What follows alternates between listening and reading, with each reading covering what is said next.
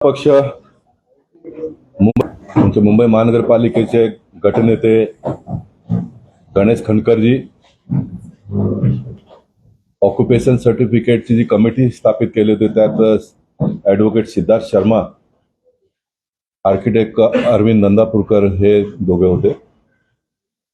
उत्तर मुंबई जिल्ह्याचे अध्यक्ष बाला तावडेजी आणि महासचिव निखिल व्यास हे आजच्या प्रेस कॉन्फरन्सला उपस्थित आहेत.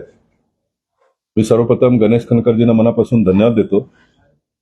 कॉर्पोरेशनचं गठन झाल्याबरोबर त्वरित महानगरपालिकेला पत्र लिहून बहुप्रलंबित ऑक्युपेशन सर्टिफिकेटचा मुद्दा सॉल्व्ह करण्यासाठी बैठक लावण्याची विनंती केली आणि महानगरपालिकेचे आयुक्त भूषण गगराजींनी त्वरित आजचा वेळ देऊन आम्ही सर्व चर्चा केली. त्याच्यात आपण सर्वांना माहिती आहे की महाराष्ट्र शासनाने GR काढून अमेनिस्टी स्कीमला मान्यता दिली, परंतु त्या अमेनिटी स्कीम मध्ये थोडीशी त्रुटी होती आणि म्हणून ती त्रुटी दूर होण्यासाठी आम्ही पत्र दिलं होतं आधीच आणि ते आम्ही आज चर्चा केली. त्याच्यात जे अमेनिस्टी स्कीम GR द्वारे पारित करण्यात आला होता त्याच्यात 800 फुटाच्या घरापर्यंतच्या लोकांना अमेनिस्टी स्कीमचा लाभ मिळावा अशा प्रकारची एक तरतूद होती. ते ऑक्युपेशन टू ऑल हा मुद्दा आम्ही घेऊन ज्या बिल्डिंगला कॉर्पोरेशनने मान्यता दिली, प्लॅन अप्रूव्ह केलाय, त्याप्रमाणे ऑक्युपेशन सर्टिफिकेट द्यायला पाहिजे हे भूषण गगराजींनी आज मान्य केलं. त्याचबरोबर आताच्या GR मध्ये कमर्शियल मध्ये शाळा आणि हॉस्पिटलला अमेनिस्टी स्कीम मध्ये समावेश करण्यात आला होता. तर आम्ही त्यांना म्हटलं बा ऑक्युपेशन टू ऑल मध्ये जे बिल्डिंग महानगरपालिकेने कमर्शियलही पास केलं तर त्यांनाही याचा लाभ मिळाला पाहिजे, कारण आपण डिस्क्रिमिनेट करू शकत नाही. परत कोणीतरी कोर्टात गेलं तर मग परत आणखीन लोकांना खर्चिक सुद्धा आहे आणि लोकांवर ते एक अन्याय केलं असाही होऊ शकतो. आणि आपण काही असा आउट ऑफ द बॉक्स जाऊन कोणालाही मदत करत नाही, विदिन द रूल आपण मदत करतो. हे कॉर्पोरेशनकडनं झालेली चूक म्हणता येणार नाही. त्यावेळी नियम होता आणि त्या नियमात विकासक लोक मोठ्या प्रमाणात चोरी करतात असे आढळून आलं. म्हणजे काही लोक 4 फूटचा बाल्कनी करतात तर काही लोक 6 फूटचा करतात. तर सुबोध कुमारजींनी नियमात बदल करून कार्पेट एरियाची संकल्पना आणली.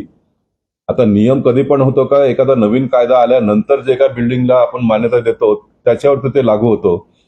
परंतु ह्या सर्व प्रकरणात ज्यांचे ऑक्युपेशन पेंडिंग होते ते सर्व ठप्प पडले आणि गेले अनेक वर्ष ऑक्युपेशन शिवाय लोकांनी त्रास लोकांना झाला. पाणीचा दर दुप्पट भरलं.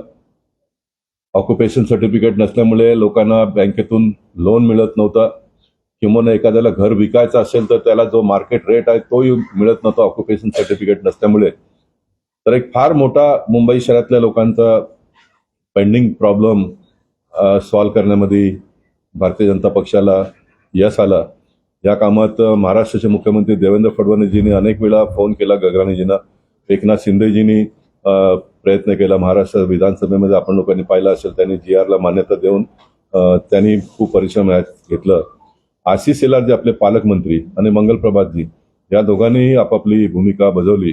मुंबई भारतीय जनता पक्षाचे नवनिर्वाचित अध्यक्ष अमित साटंजींनी एक कमिटीचं गठन करून त्याच्यात मला ही जबाबदारी सोपवली आणि माझ्याबरोबर जे काही लोकांनी काम केलं या सर्व लोकांनी खूप मेहनतीने खूप कमी वेळामध्ये एक प्रस्ताव आम्ही सादर करून असीम गुप्ताजींना दिला आणि असीम गुप्ताजींनी त्याला लवकरात लवकर मान्यता देऊन ज्या काही उरलेल्या त्रुट्या होत्या तेही आज भूषण गगरांनी मान्यता देऊन पुन्हा आम्ही आता जीवडीकडे 2 दिवसात पाठवणार असं ते बोलले. म्हणजे एक ऑक्युपेशन सर्टिफिकेटचा खूप मोठा प्रॉब्लेम सुटला आहे असं म्हणायला काही हरकत नाही. त्याचबरोबर दुसरा एक मुद्दा आम्ही घेतला. मुंबई शहर ज्यावेळी अस्तित्वात येऊन कॉर्पोरेशनचं कामकाज सुरू झालं तर त्यावेळी 1962ला जेवढे स्ट्रक्चर्स होते त्याची एक यादी बनवली आणि 1962 पर्यंतच्या स्ट्रक्चरला टॉलरेटेड कॅटेगरीमध्ये टाकलं. आता हे टॉलरेटेड कॅटेगरीमध्ये का टाकलं, तर एखादा रोड वायडिंग झाला तर मग त्यांना पर्याय जागा देण्यासाठी किंवा डेव्हलपमेंटच्या कामामध्ये या सर्व झोपडी किंवा कमर्शियल एस्टॅब्लिशमेंट आलं तर त्यांना पर्याय जागा देण्यासाठी तो एक कायदा आपण लोकांनी बनवलं. आणि कल्पना अशी होती का 1962च्या नंतर सर्व जे काही घरं बांधले जातील ते सर्व परमिशन घेऊन किंवा अन्य औद्योगिक व्यवसाय या मुंबई शहरात सुरू झाले. मोठ्या प्रमाणात लोक बाहेर अन्य राज्यातून यायला लागले आणि जिथे जमीन लोकांकडनं विकत घेऊन, काही लोकांनी पैसे देऊन विकत घेऊन घरं बांधली, काही लोकांनी सरकारी जमिनीवरती बेकायदेशीर बनवलं. आपल्या सर्वांच्या माहितीसाठी काही ठिकाणी महापालिका आणि सरकारच्या लोकांनी अशा लोकांना बसवण्याचंही काम केलं. हे कसं, तर मुंबई शहरामध्ये सिवरेजचा मोठ्या प्रमाणात आपण लोकांनी कामकाज सुरू केलं. तर सिवरेजचं काम करण्यासाठी आंध्रा, तामिळनाडू इकडनं सर्व लेबर कॉन्ट्रॅक्टर लोक पकडून आणत होते. तर असे हे सर्व लेबर कुठे एका 2 रूम किंवा 3 रूम बेडरूमच्या घरामध्ये राहणार नाही, कारण आपल्याकडे घरच नव्हते उपलब्ध. आणि जिथे महानगरपालिकेची जागा होती तिथे झोपडी बांधून राहायला सांगितलं. 5-5, 10-10 वर्ष काम चालले आणि ते तिकडे स्थायी झाले. त्यांच्या मुलांना मग इथे ऍडमिशन, त्यांचा रोजगार, मग दुसरा प्रोजेक्ट झाला. म्हणजे हे सर्व कामगारच होते. तसेच MTNL आला, रेल्वे लाईनचे वाढायला लागले तर रेल्वे लाईनच्या ऑफिसरांनी रेल्वे लाईनच्या जागेवर बसवलं. असं करत करत झोपडपट्टी या मुंबई शहरात वाढलं गेलं. आणि एकूणच ज्या लोकांना या गोष्टीचा अभ्यास नाहीये त्या लोकांनी एक चित्र असं उभं केलं का बा काय कुठूनही लोक आल्याने मुंबई शहरामध्ये झोपड्या बांधले, असं एक चित्र निर्माण झालं. परंतु सरकारला ह्या सर्व गोष्टीचं ज्ञान होतं, त्यामुळे मग मार्ग काढण्यासाठी स्लम ऍक्ट आपण लोकांनी आणला 1976ला. स्लम ऍक्टच्या माध्यमातून लोकांना प्रोटेक्शन दिलं. 76ला स्लम ऍक्ट आला. नंतर आपण ते 80, 85, 90, 95, 2000 आणि आता शेवट 2011 पर्यंत केलं. हे 2011 पर्यंत आपण लोकांनी केलं, तरी गाईडलाईन 1962चा आजही सुरू आहे. एखाद्याने घर रिपेअरिंग केलं तर एखादा कोणी RTI ऍक्टिव्हिस्ट किंवा कोणी तक्रार केली, महापालिका नोटीस काढते, 1962चा प्रूफ असेल तर तो टॉलरेटेड आहे, असं एक चित्र निर्माण झालं. आणि बाकी त्यांना मग तोडण्याचा आदेश काढतात, मग ते कोर्टात जातात. तर हजारो केसेस कोर्टात प्रलंबित आहेत. महानगरपालिकेला मोठ्या प्रमाणात खर्च करावा लागतो ह्याला. आणि लोकांनाही विनाकारण, मी हे जबाबदारीने सांगतो, विनाकारण लोकांना हैराणीला समोर जावं लागतो. म्हणून भारतीय जनता पक्षाने गेले अनेक वर्षापासून हे डेटम लाईन पुढे व्हावा यासाठीचा प्रयत्न केला. या बाबतीत मी आशिष शेलारजी आणि मंगलजींना पत्र लिहिलं, महाराष्ट्र मुख्यमंत्री, उपमुख्यमंत्री यांनाही पत्र लिहिलं. तोही एक मॅटर पेंडिंग होता, तेही आम्ही खूप आज सादरबादर चर्चा केली भूषण गगराणींबरोबर. थोडा टेक्निकल मुद्दा आहे असं त्यांचं म्हणणं आहे, परंतु मला वाटत नाही याच्यामध्ये काही टेक्निकल मुद्दा असेल. तर टेक्निकल मुद्दा असला तरी आमचे गणेश कणकरजी ग्रुप लीडर आहेत, ॲडव्होकेट आशिष शेलारजी आहेत, हे सर्व लोक सक्षम आहेत. येणाऱ्या काळामध्ये ह्या विषयालाही न्याय मिळेल. आणि हे सर्व दोन्ही प्रस्ताव 2 दिवसात करून सरकारकडे पाठवायचा असा निर्णय आज कॉर्पोरेशनमध्ये झालेला आहे. आणि मला विश्वास आहे गणेश कणकर आणि त्यांची सर्व टीम हे 2 दिवसात सरकारकडे पाठवून ह्याला मान्यता प्राप्त करून घेतील आणि मुंबई शहरातला एक फार मोठा दिलासा येणाऱ्या काळामध्ये मिळेल. आपल्या माहितीसाठी डेटम लाईन 1962चा आज असला तरी 2000चा स्लमचा कायद्यामुळे लोकांना पर्याय जागा दिल्याशिवाय कोणाचा तोडायचा नाही, अशा प्रकारचा एक पुन्हा कायदा आहे. आता आपल्याकडे PAP द्यायला नाहीये म्हणून कॉर्पोरेशनने एक परत नवीन सिस्टम डेव्हलप आपण लोकांनी केलं. आपण त्यांना तर रोख पैसेही देतो, रोख पैसे आपण त्यांना देतो. परंतु 1962चा हा डेटम लाईनमुळे खूप कामामध्ये दिरंगाई आणि गतीने आपण काम करू शकत नाही. आज आपल्याकडे पैसाही भरपूर आहे, 74,000 कोटीचा आपला बजेट आहे. तर ह्या सर्व बजेटचा उपयोग घेऊन रोड वायंडिंग फटाफट झालं, ट्रॅफिकचा इतका मोठा प्रॉब्लेम येणाऱ्या काळामध्ये आपण सॉल्व्ह करू शकतो. तर एक खूप मोठा काम या 2 आजच्या निर्णयातून होणार आहे. मी गणेश कणकरजींना विनंती करतो, त्यांनी पुढचा जे काही त्यांना या बाबतीत मांडायचं मांडून मी त्यांना विनंती करणार, या ठरल्याप्रमाणे 2 दिवसात सरकारकडे हे प्रस्ताव पाठवून मग पुढचा मंगलजी आणि आशिष शेलार जे आहेत ते गती देऊन अप्रुव्हल घेतील तिकडनं. ओसी फॉर ऑल म्हणजे, आणि याचा टायटलच आज आपण असा केला, ओसी फॉर ऑल, म्हणजे सर्वांना ओसी. जो GR आला त्याच्यामध्ये त्रुटी होती, काही लोकांना ओसी मिळत होता, काही लोकांना मिळत नव्हतं. म्हणून कॉर्पोरेशनचा नियम होता, तरी देवेंद्रजी आम्हाला सांगितलं राजकारणाच्या ठिकाणी आपण ठेवू, पण सर्व मुंबई शहरातल्या लोक ऑक्युपेशन मिळायला पाहिजे. म्हणून निवडणुकीच्या नंतर हा मुद्दा आपण परत हातात घेऊ, अशा प्रकारचं त्यांनी आम्हाला सूचना केली होती. त्याप्रमाणे आम्ही एवढा मोठा निवडणुकीचा प्रोसेस असतानाही खूप मन मोठा करून आम्ही पुढची तारीख त्याला देऊ. मी मुंबई शहरातल्या लोकांनाही धन्यवाद देऊ इच्छितो. ऑसीचा मॅटर पेंडिंग असतानाही बहुमताने भारतीय जनता पक्षाला आणि शिवसेनेला निवडून दिलं, त्याबद्दल मुंबई शहरातल्या सर्व नागरिकांनाही मी धन्यवाद देतो. आणि मी हे वचनही देतो का खूप लवकरात लवकर गणेश खनकरजींच्या नेतृत्वात मुंबई शहरातल्या लोकांना ऑक्युपेशन सर्टिफिकेट मिळेल. गणेश, आज आयुक्तांकडे आमची या संदर्भातली बैठक झाली.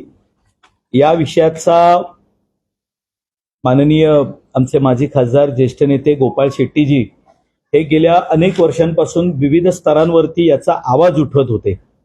ओसी हा विषय किती महत्वाचा आहे आपल्या सगळ्यांना ठाऊक आहे.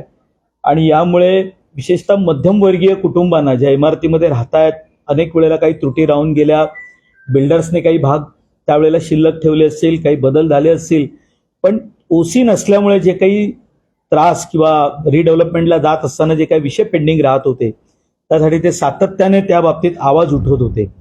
आणि त्यांच्या या विषयाला आम्ही सर्व पाठिंबा देऊन ते जे आज करतायत म्हणजे शब्दात व्यक्त करणं कठीण आहे. त्यांनी इथपर्यंत तो विषय आणला. आज त्या विषयातला काही त्रुटी असतील किंवा जी काही विषय पुढे न्यायच्या बाबतीत एक आमची चांगली बैठक आयुक्तांकडे झाली. माझ्यासोबत नगरसेवक बाळा तावडे असतील, आत्ता शिक्षण समितीवरती ज्यांची नियुक्ती झाली ते निखिल व्यास आहेत. आणि मुंबई शहरामध्ये एक जी काही नामांकित वास्तुविशारद आहेत त्यापैकी अरविंदजी स्वतः आणि ज्यांना या विषयातली टेक्निकल माहिती आहे असे नगरसेवक आणि आत्ता ॲडव्होकेट आहेत स्वतः सिद्धार्थ शर्मा, असे आम्ही सर्व आयुक्तांकडे होतो. पुढच्या 2 दिवसामध्ये या संदर्भामध्ये यातला प्रस्ताव तयार करून ते असीम गुप्ता यांच्याशी चर्चा करून पुढे पाठवत आहेत आणि आमची लगेचच बैठक होईल.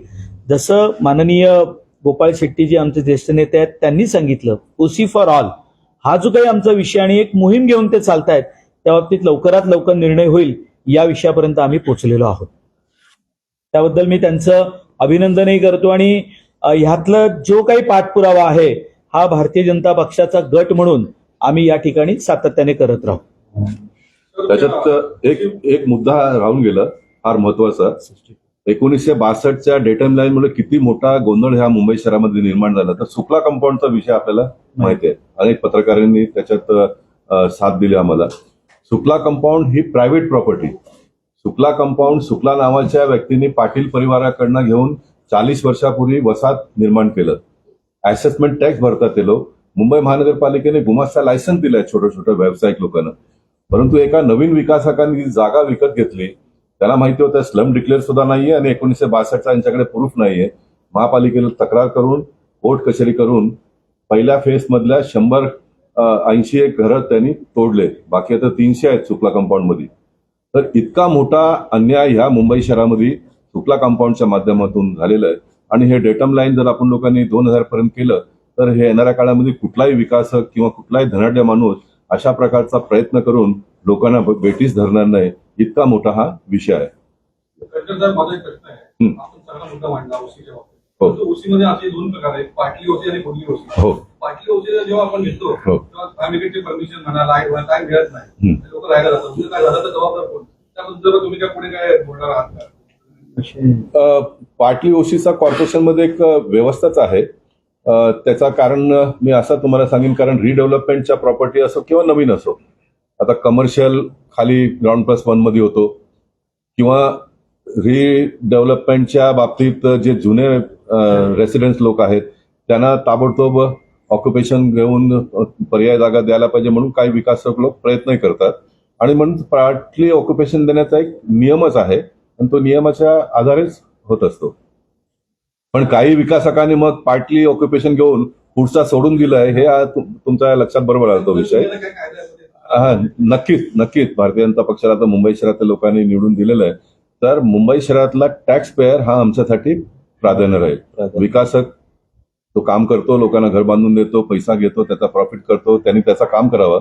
परंतु या मुंबई शहरातल्या लोकांना कोणाला बेटीस धरण्याची संधी आम्ही भविष्य काळात देणार नाही. जे तुम्ही सांगितलं त्याच्यामध्ये फक्त इन्फॉर्मेशन इतकीच आहे की हा मुद्दा ओसी फॉर ऑल मध्ये अगोदर बिल्डर करायचे नाही, हे काम बिल्डर करत नाही. त्यामुळे आता पॉवर सगळे सोसायटीकडे दिलेले आहे. सोसायटीचे फायरचे सगळे जे नॉर्म्स असतील ते पूर्ण करून ओसी घेणार आहेत. असं आणि पार्ट ऑक्युपेशन मध्ये पण अगोदर फायर सँक्शन आलेले असते, ते राहिलेलं फक्त ऑक्युपेशनसाठी फायरचे जे नॉर्म्स असतात ते बिल्डर जरी पूर्ण नाही केला तरी तो सोसायटी पूर्ण करू शकते. या प्रावधान या पॉलिसीमध्ये केलेलं आहे. त्यामुळे खूप सिम्प्लिफाय केलं आपण. म्हणजे याच्यावर तर एक माणसालाही जर ऑक्युपेशन घ्यायचं असेल बिल्डिंग मध्ये तर तो घेऊ शकतो.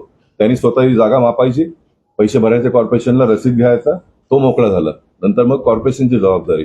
इतका छान नियम आम्ही लोकांनी केले. याचा किती दिवसात पूर्ण 2 दिवसात इकडनं प्रस्ताव जाईल, 1-2 दिवसात ते लोक आणखीन घेतील. म्हणजे एक 8 दिवसामध्ये मार्गी लागेल असा आता तरी आम्ही विद्युत. सर्वांना धन्यवाद. थँक्यू.